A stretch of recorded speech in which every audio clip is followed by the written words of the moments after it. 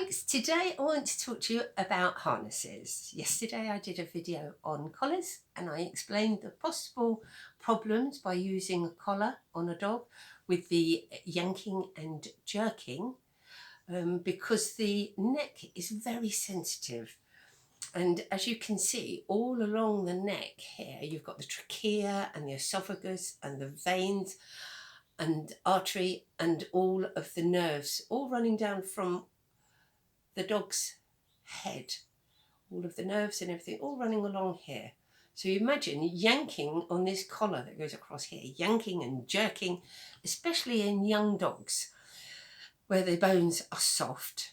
And I want you to, you've all got Google, right? So I want you to do your own research. I'm just here to guide you to look forward. I'm not telling you what to do and what you shouldn't do. I'm just guiding you, okay? So get Google out, or another search engine, of course. Okay, and I want you to look up thyroid damage, trachea, collapsed trachea, which is the windpipe, and nerve damage. Possible paw licking might be caused by problems with the nerves, and a blown disc in the neck. So look at all of the possible problems, but really important is that if your dog has got serious behavioural problems, could it be caused by pain and problems in the neck? And so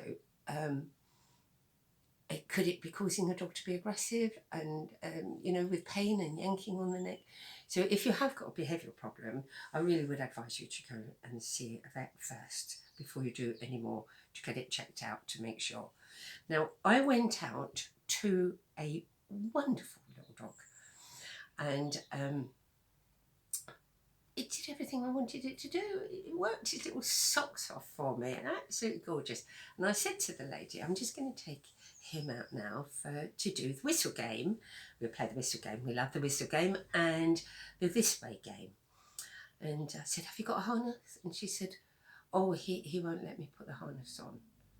So I was very curious because this little dog was gorgeous. And so I said, can you show me the harness? And what does he do? She said, oh, if I get the harness out, he'll go for me. And sure enough, he did. So, and then what I realised, of course, it was this kind of harness.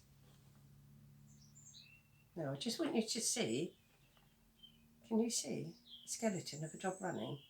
Can you have a look at the shoulder blade here? Can you have a look at this joint here, sticking out, and how it can be bruised? Can you see? So if you've got a badly fitted harness that's going across on these bones here, you can really bruise them and really cause problems. So hence me using these. This is Lexi, I trained her as a puppy. Can you see how it clears these bones sticking out here? And it goes down in between here and it's really soft. Okay, now Scamp has got a cozy dog harness. Now there's loads of millions of different harnesses out there, okay? But I'm just showing you, this is the ones I used all the time with training. And so this is a size 5, as you can see, right? This is one I had left over. And so the head goes through here, okay? And if it was a bit too big, because obviously, dogs are all different shapes and sizes, and maybe it was in between sizes of these harnesses. So this is a 5, maybe it was in between a 4 and a 5. And so what I would do is just along here, so the head goes here, I would just put a garden tie just along there, just to hold it while I worked with the dog as a temporary measure, just to make this a little bit smaller. But of course you can get what's called a perfect fit harness. It's for you to do your research and have a look and then decide whether you're going to still carry on using your collar or whether you prefer to use a harness. And I'll leave that entirely up to you. There's my Teddy. He was the guardian. He'd look after all of the other dogs, all my dogs. And he was so kind and sweet. And that was his harness.